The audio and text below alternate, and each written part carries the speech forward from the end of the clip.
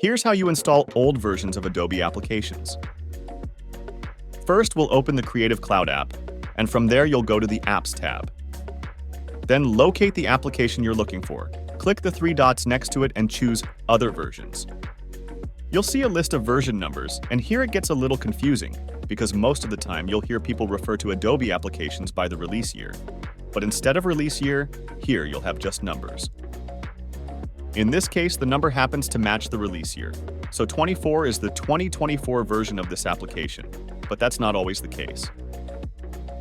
If you're looking to go back to the previous version, just find the number that's one step down from the current version. In this case, I would scroll down until I find the latest version that starts with number 23. Install that, and you'll have an old version nicely right next to the latest version. These 2023 versions, for example, still have the option to launch the app using Rosetta, which is why a lot of people want to downgrade to these.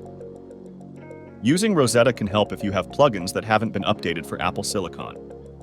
And remember, when updating your apps, Creative Cloud will always ask you if you'd like to keep a copy of the old version, which is always a good idea.